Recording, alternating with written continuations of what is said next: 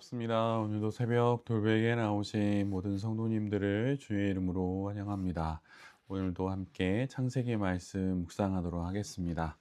오늘 우리에게 주시는 하나님의 말씀은 창세기 23장 3절로 6절까지의 말씀입니다. 아브라함은 죽은 아내 옆에서 물러나와서 헷 사람에게로 가서 말하였다. 나는 여러분 가운데서 나그네로 떠돌이로 살고 있습니다. 죽은 나의 아내를 묻으려고 하는데 무덤으로 쓸 땅을 여러분에게서 좀 살 수 있게 해주시기를 바랍니다. 헷 족속 사람들이 아브라함에게 대답하였다. 어른께서는 우리가 하는 말을 들어보시기 바랍니다. 어른은 하나님이 우리 가운데 세우신 지도자이십니다.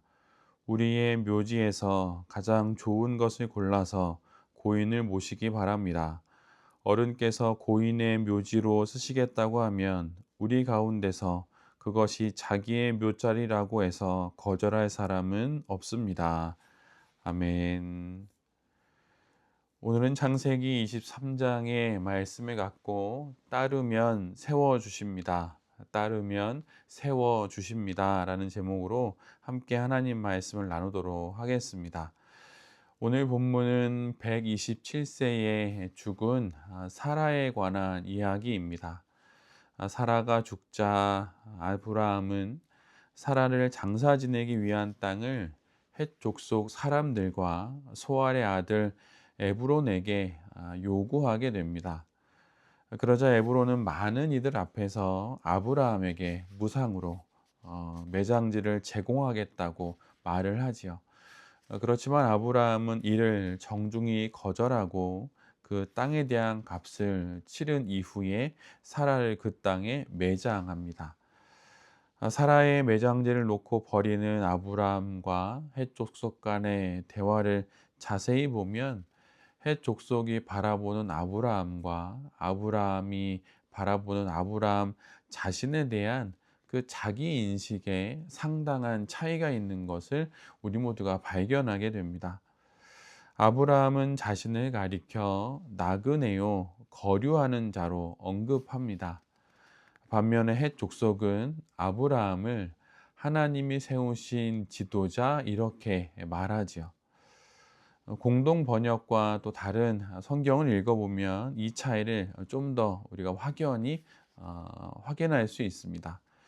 공동 번역에서는 오늘 본문 4절을 이렇게 기록하고 있습니다. 나는 당신들한테 몸부쳐 사는 나그네에 지나지 않습니다. 메시지에서는 여러분들 사이에 사는 이방인에 지나지 않습니다. 이렇게 아브라함은 자신을 말합니다. 반면에 헷 족속의 대답은 이렇게 기록되어 있습니다. 우리 가운데서 세력 있는 귀인이십니다. 메시지는 조금 더 명확하게 기록합니다.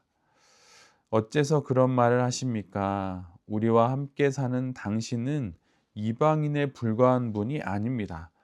당신은 하나님이 세우신 지도자입니다. 이렇게 보면 아브라함의 자기 자신에 대한 인식과 헷 족속이 보는 아브라함의 모습이 상당히 다른 것처럼 보입니다. 그러나 사실은 이것은 아브라함에 대한 정확한 규정입니다. 아브라함은 헷 족속 가운데서 정말 세력 있는 귀인이었습니다. 헷 족속 사람들의 말처럼 정말 그렇다는 것이죠. 창세기 13장 이하를 보면 가축이 아주 많아져서 조카 롯과 지역을 나누는 장면이 나옵니다. 그는 이러한 내용이 기록될 정도로 부유한 삶을 살았던 이입니다. 땅도 많고 돈도 많고 가족도 있고 종들도 많았던 사람이 아브라함이죠. 그러기에 다른 이들이 보기에 그는 정말 세력이 있는 자였음에 틀림없었습니다. 더욱이 자신의 고향도 아닌 이 이방 땅에서 이토록 세력이 있는 위인이 된다는 것은 분명 사람의 힘으로 되는 것이 아니기에 그가 하나님이 세우신 자라는 그런 증거임에 틀림없는 것이죠. 그래서 헷 족속은 아브라함을 가리켜 하나님이 세우신 지도자라고, 또 자기들 가운데 세력 있는 귀인이라고 말할 수 있었던 것입니다. 아브라함은 세력을 가지려 하거나 영향력을 가지려 하지 않았습니다. 그는 하나님의 말씀을 따랐지요. 이것이 가장 첫 번째였습니다. 그 다음에 인생을 살아가며 롯을 구하기 위해 전쟁에도 참여하고 이삭을 바치기도 하면서 삶의 수많은 사건들을 통과해내게 됩니다. 하나님의 말씀을 따라 말씀을 기준 삼아 혼신의 힘을 다해 그의 인생을 살았던 것입니다. 그런데 그 결과가 바로 하나님이 세우신 지도자, 세력 있는 귀인이 되었던 것이죠. 하나님을 따랐더니 하나님이 세우신 것입니다. 하나님 말씀을 기준 삼았더니 영향력 있는 귀인이 된 것입니다. 이처럼 하나님을 따르면 하나님이 세워 주십니다. 하나님을 기준 삼으면 하나님은 우리를 귀인 삼아 주십니다. 우리가 이런 것을 바라지는 않았지만 하나님을 따랐더니, 순전하기를 원했더니 나머지 모든 것들은 하나님께서 책임져 주시는 것입니다. 오늘도 이러한 길이 바로 우리 앞에 제한되고 있습니다. 우리 삶에는 많은 필요가 있고 또 해결해야 할 많은 일들이 있습니다. 그러나 가장 먼저 하나님을 따르십시오. 아브라함처럼 하나님을 따르십시오. 그러면 하나님께서 우리를 세워주시고 또한 그 많은 문제를 풀어가 주실 것입니다. 이것을 알고 이것을 또한 믿는 것이 바로 성도의 신앙 인생입니다. 그런데 오늘 본문을 보면 아브라함은 스스로를 가리켜서 이방인이라고 또한 나그네라고 말합니다. 세상 사람들이 보기에 지도자요, 세력가요, 또 귀인일지는 모르지만 그는 자신이 하나님 앞에서 나그네일 뿐임을 잘 알고 있었습니다. 창세기 12장 1절 이하를 보면 아브라함은 정말로 길을 떠나는 나그네로 부름을 받습니다. 그 나그네의 삶은 그리고 결국은 믿음의 조상으로 귀결되지요. 이 세상에서 제 아무리 많은 것을 소유하고 누리고 움켜진다고 하여도 우리는 결국 하나님 앞에 서야 하는 나그네일 뿐입니다. 그리고 거룩하신 하나님 앞에 인간인 우리는 늘 언제나 이방인일 뿐입니다. 이 사실을 잘 기억하는 것이 믿음입니다. 그것이 바로 우리에겐 거룩이 될 것이고 또한 이것이 우리에게 이 세상을 살아갈 힘이 될 것입니다. 아브라함은 오늘 본문을 보면 끝까지 값을 치르려고 합니다. 착한 사람, 염치가 있는 사람이기 때문에 그 동굴을 값을 치러 사려고 하는 것이 아닙니다. 하나님 앞에서 나그네라고 하는 정체성을 기억하고 있었기 때문입니다.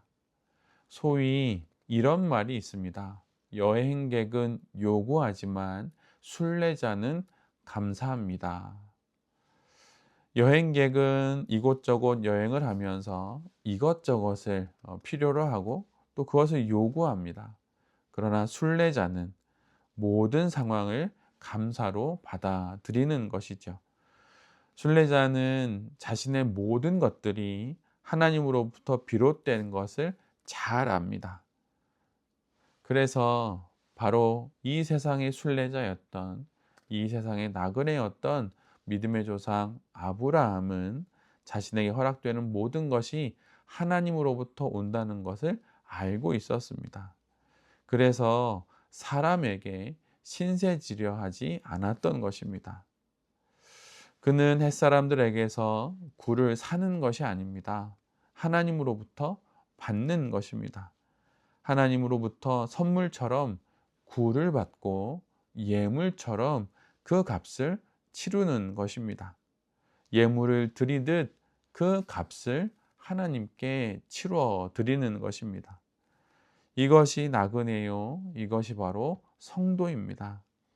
이러한 삶을 살았기에 그는 세상으로부터 오히려 하나님이 세우신 지도자요, 하나님이 세우신 귀인이라는 말을 들을 수 있었던 것입니다.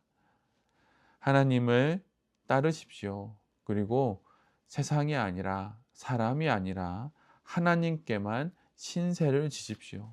하나님만 의지하십시오. 그러면 나머지는 하나님이 하실 것이고 또한 그러한 인생을 살아가는 우리를 하나님께서 세워 주실 것입니다.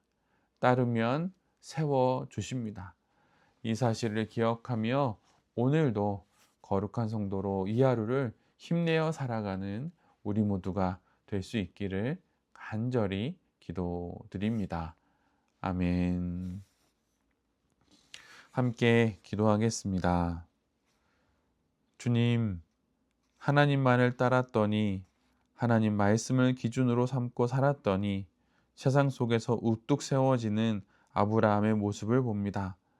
믿음의 조상으로 살고자 했더니 귀인이 되고 지도자가 되는 것을 봅니다. 또한 나그네요, 이방이라 말하는 아브라함의 정확한 자기 인식의 모습도 봅니다.